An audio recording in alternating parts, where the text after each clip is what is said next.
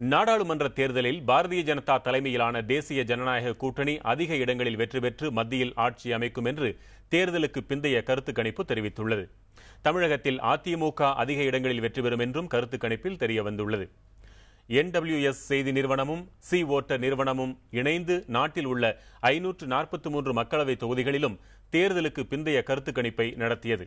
இந்த தொகுதிகளில் மொத்தம் 1,66,901 வாக்காளர்களிடம் வாக்குப்பதிவு முடிந்த பின்னர் யாருக்கு அவர்கள் வாக்களித்தார்கள் என்பது குறித்து கேள்வி கேட்கப்பட்டு அதன் அடிப்படையில் கருத்து கணிப்பு முடிவுகள் வெளியாகியுள்ளன.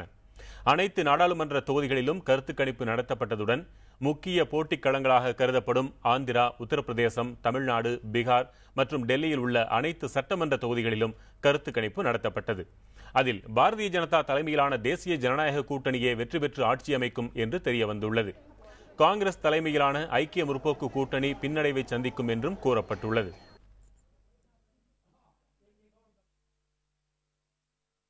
ஒன்பது கட்டங்களாக நாடாளுமன்ற தேர்தல் நடந்து முடிந்துள்ள நிலையில் NWS மற்றும் சி ஓட்டர் இணைந்து நடத்திய தேர்தலுக்கு பிந்தைய கருத்து கணிப்பு முடிவுகள் வெளியாகியுள்ளன. இந்த கருத்து கணிப்புகளின்படி தேசிய அளவில் எந்த கட்சிகள் எத்தனை இடங்களை பிடிக்கும் என்பதை இப்போது பார்க்கலாம். சி ஓட்டர் நிறுவனத்தின் தேர்தலுக்கு பிந்தைய கருத்து கணிப்பில் பாரதிய ஜனதா கட்சி தலைமையிலான தேசிய ஜனநாயக கூட்டணி மொத்தமுள்ள 543 தொகுதிகளில் 289 தொகுதிகளை கைப்பற்றும் என்று தெரிவிக்கப்பட்டுள்ளது. காங்கிரஸ் கட்சி தலைமையிலான ஐக்கிய முற்போக்கு கூட்டணி 101 தொகுதிகளில் வெற்றி பெறும் என்று கூறப்பட்டுள்ளது. மற்ற கட்சிகள் 153 தொகுதிகளில் வெற்றி பெறும் என்று சி ஓட்டர் கருத்து கணிப்பு தெரிவிக்கிறது. தேசிய அளவில் பாரதிய ஜனதா கட்சி மட்டும் 249 இடங்களை கைப்பற்றும் என்று கருத்து கணிப்பில் கூறப்பட்டுள்ளது. அதன் கூட்டணி கட்சிகள் 40 தொகுதிகளில் வெற்றி பெறும் என்றும் தெரிவிக்கப்பட்டுள்ளது. காங்கிரஸ் கட்சி ஒட்டுமொத்தமாக 78 இடங்களில் வெற்றி பெறும் என்றும் அதன் கூட்டணி கட்சிகள் 23 தொகுதிகளை கைப்பற்றும் என்றும் தேர்தலுக்கு பிந்தைய கருத்து கணிப்பு கூறுகிறது. மற்ற கட்சிகள் 153 இடங்களில் வெற்றி பெறும் என்றும் இதில் 5 தொகுதிகளை ஆம் ஆத்மி கட்சி கைப்பற்றும் என்றும் சி ஓட்டர் கருத்து கணிப்பு தெரிவிக்கிறது.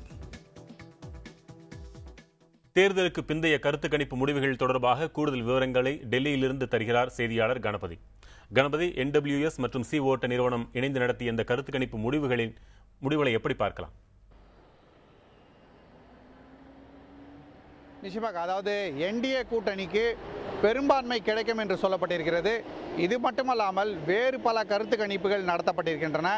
அதிலே சிலவற்றிலே NDA கூட்டணிக்கு 300 இடங்கள் வரை கூட கிடைக்கும் என்று சொல்லப்பட்டிருக்கிறது. ஆனால் 275 300 வரை பல்வேறு எண்ணிக்கைகள் குறிப்பிடப்பட்டிருந்தாலும் எல்லா கருத்து கணிப்பிலுமே பொதுவாக வெளிவருவது என்னவென்றால் NDA கூட்டணிக்கு பெரும்பான்மை அல்லது பெரும்பான்மைக்கு மிக அருகையிலான ஒரு எண்ணிக்கை கிடைக்கும் என்று சொல்லப்பட்டிருக்கிறது. ஆகவே எந்த கட்சிக்கும் பெரும்பான்மை கிடைக்குமா கிடைக்காதா என்ற கேள்விக்கு விடை கிடைக்க வாய்ப்பு இருக்கிறது. கருத்து கணிப்புகள் எல்லாமே கணிப்புகள் தான். துல்லியமாக எந்த அளவுக்கு சரியாக இருக்கும் என்பது ஓரளவுக்கு அவர்களே கிட்டத்தட்ட 10% வரை அதிகமாகவோ அல்லது குறைவாகவோ இருக்கலாம் என்று எப்போதுமே சொல்லப்படுவது. ஆனால் வாக்குப்பெட்டிகளில் என்ன ரகசியம் புதைந்து கிடைக்கிறது, மின்னணு வாக்கு இயந்திரங்களிலிருந்து என்ன தகவல் வெள்ளிக்கிழமை என்று வெளிவரும் என்பதற்கு ஓரளவுக்கு முன்னோடியாக இந்த தகவல் இருக்கும் என்று தெரிகிறது.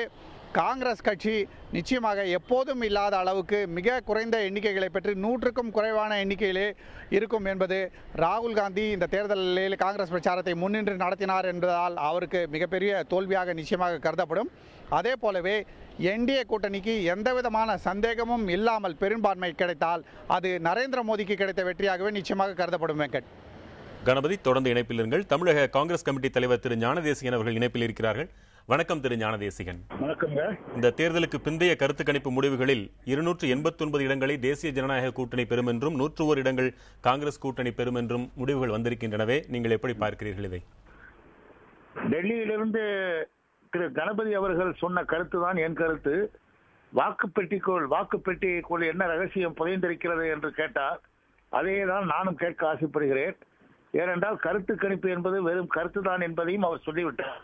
ஆகவே என் கருத்தை அவரே முதலில் சொன்னதற்காக கணபதி அவர்களுக்கு எனது நன்றி உரித்தாக. இதுபோல எக்ஸிட் போலும் அதற்கு முன்பால் பிரிப்போல் கணக்குகள் என்பது ஏற்கனவே பல முறை பல தேர்தல்களில் எடுக்கப்பட்டு அவைகள் தவறானவை என்பதை நிரூபிக்கப்பட்டிருக்கிறது. 2009 5 ஊடகங்கள் சேர்ந்து இதே போல எக்ஸிட் போலை நடத்தினார்கள். பிறகு ஒரு வெளிநாட்டு news paper, foreign news paper, அவர்களும் செய்தித்தாளும் சேர்ந்து கோ ஸ்பான்சர் பண்ணினார்கள். ஆனால் 2004 2009 இது போல நடத்திய கருத்து கணிப்புகள் அத்தனையுமே பொய்யாக போனதாகத்தான் இன்றைக்கு செய்திகள் சொல்கின்றன. குறிப்பாக இந்த ஸ்டார் சி ஓட்டர் சர்வே பற்றி சொல்லுகிறேன். 269 இடங்களை பிஜேபி கிடைக்கும் என்று 2004 சொன்னார்கள். ஆனால் கிடைத்தது 189. காங்கிரஸ் கட்சிக்கு 180 தான் கிடைக்கும் என்று சொன்னார்கள், கிடைத்தது 222. அதே போல 2009 news X, AC Nelson, times now, headlines today, NDTV, CBN, IPL இவர்கள் அத்தனையும் சொன்ன அத்தனை கணக்குகளும் புரித்து போயின பிஜேபியை பொறுத்தமட்டில். அதே போல காங்கிரசுக்கு என்டிடிவியை தவிர பாக்கி எல்லோரும் 200க்கு கீழே தான் கணித்தார்கள். ஆனால் காங்கிரஸ் கட்சியினுடைய கூட்டுக்கு எல்லாம் சேர்ந்து 262 நாங்கள் பெற்றோம். ஆகவே இந்த தேர்தல்கள் அத்தனையுமே சரியான முறையில் எடுக்கப்படுவதில்லை. காரணம் என்னவென்றால், வாங்கிய வாக்குகள் எத்தனை சதவீதமாக இடங்களாக மாறுகிறது என்பதிலே இவர்கள் கோட்டை விட்டு விடுகிறார்கள் என்பது என்னுடைய கணக்கு. ஏனென்றால் எத்தனை பேருக்கு நாம் போய் கணக்கெடுத்தாலும் கூட அதை சதவீதமாக மாற்றி சீட்டுகளாக மாற்றுகிற போது தவறுகள் நிகழ்கிறது. குறிப்பாக தமிழகத்தை எடுத்துக் கொள்ளுங்கள். 1967 காங்கிரஸ் கட்சியும் திராவிட முன்னேற்ற கழக தலைமையிலே நடைபெற்ற அத்தனை கட்சிகள் ரெயின்போ கூட்டணி என்ற 7 கட்சி கூட்டணியும் சேர்ந்து பார்க்கிற போது காங்கிரஸ் கட்சியும் அந்த கூட்டணிக்கும் இல்ல ஒரு நிமிஷம் ஏறத்தாழ சமமான வாக்கு. ஆனால் காங்கிரஸ் கட்சிக்கு கிடைத்த இடங்கள் 50 தான் திமுக ஆட்சியை பிடித்தது. ஆகவே அதிலே தவறுகள் நடவதற்கு வாய்ப்பு இருக்கிறது. 16ஆம் தேதி வரை காத்திருங்க. உங்களுடைய நினைவாற்றல் பிரமிக்க வைக்கிறது. இந்த கருத்து கணிப்பு முடிவுகள் பொய்க்கும் என்பது உங்கள் நம்பிக்கை, பொய்க்க வேண்டும் என்பது உங்கள் விருப்பம் என்பதை புரிந்து கொள்கிறேன். இணைப்பிற்கு வந்தமைக்கு நன்றி திரு ஞானதேசிகன். நம்முடைய பாரதிய ஜனதா கட்சியைச் சேர்ந்த திரு பொன் ராதாகிருஷ்ணன் அவர்கள் இணைப்பில் இருக்கிறார்கள். வணக்கம் திரு ராதாகிருஷ்ணன். வணக்கம். இந்த கருத்து கணிப்பு முடிவுகள் பொய்த்து போகும் என்று நம்பிக்கையோடு தெரிவிக்கிறார் திரு ஞானதேசிகன். உங்கள் கருத்து என்ன? என்னுடைய கருத்தும் திரு ஞானதேசிகன் அவர்கள் சொன்ன அதே அடிப்படையில் தான் பொய்த்து போகும் என்று நான் கருதுகின்றேன். காரணம், இன்று என்டிஏக்கு கொடுத்திருக்கக்கூடிய இடங்கள் 289 அல்லது 300 நெருங்கி என்று சொல்லி கருத்து கணிப்புகள் சொல்லிக் கொண்டிருக்கின்றார்கள். நிச்சயமாக ஓட்டு எண்ணிக்கைகள் எல்லாம் முடியும் போது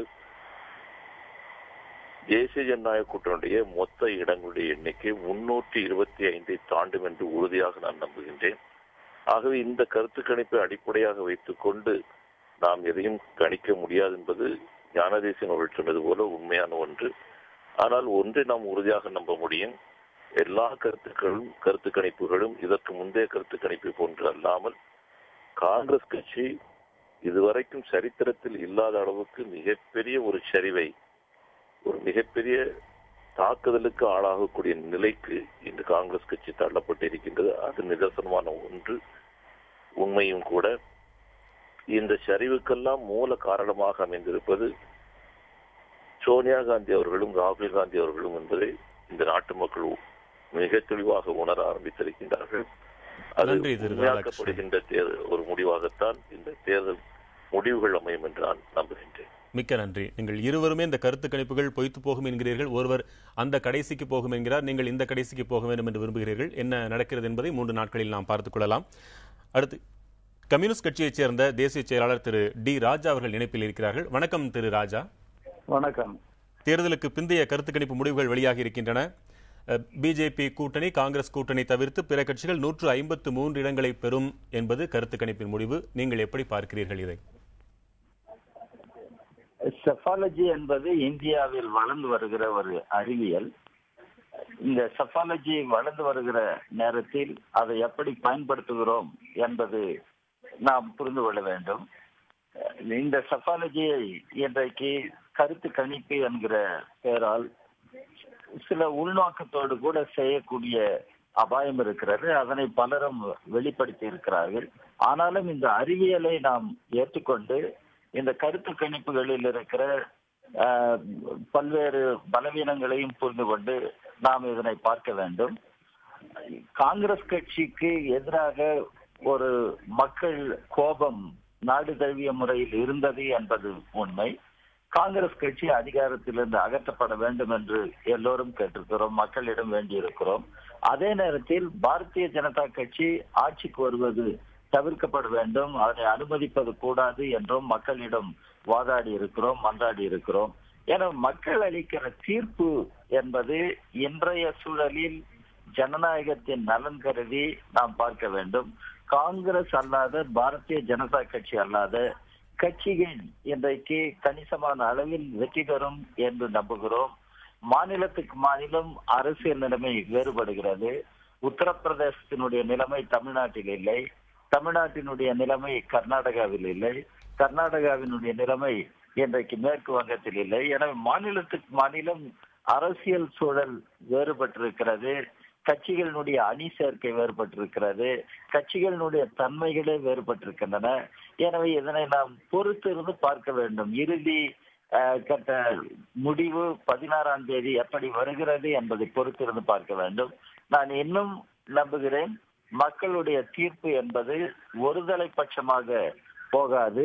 மக்களுடைய தீர்ப்பு என்பது இன்றைக்கு நம்முடைய நாட்டில் ஒரு மதச்சார்பற்ற ஜனநாயகத்தை காப்பாற்ற வேண்டும், மக்கள் நலன் கருதி செயல்படுகிற ஒரு நல்லாட்சி அமைய வேண்டும் என்பதற்காக தீர்ப்பு அமையும் என்று நான் கருதுகிறேன். திரு ராஜா, ஒரு மாநிலத்தை குறிப்பிட்டு கேட்கிறேன். மேற்கு வங்கத்தில் 9 இடங்களை இடதுசாரிகள் பெறக்கூடும் என்பது கருத்து கணிப்பு சொல்கிறது. அது குறித்து உங்கள் பார்வை?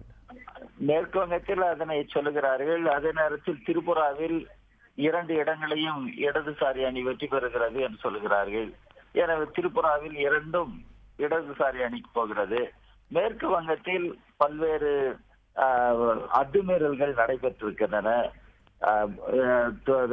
தேர்தல் வாக்குச்சாவடிகளை கைப்பற்றுவது, ரிக்கிங் செய்வது என்று பல அத்துமீறல்கள் நடைபெற்றிருக்கின்றன. இன்றைக்கு பல்வேறு வன்முறைகளும் நடைபெற்றிருக்கின்றன. அதில் ஆளும் கட்சியை சார்ந்த குண்டர்களே ஈடுபட்டிருக்கிறார்கள் என்ற செய்திகள் எல்லாம் வந்து கொண்டிருக்கின்றன. எனவே மேற்கு வங்கத்தை பொறுத்தவரை மக்களை பிளவுபடுத்துகிற, மத ரீதியாக மக்களை பிளவுபடுத்துகிற முயற்சிகளும் மேற்கொள்ளப்பட்டிருக்கின்றன.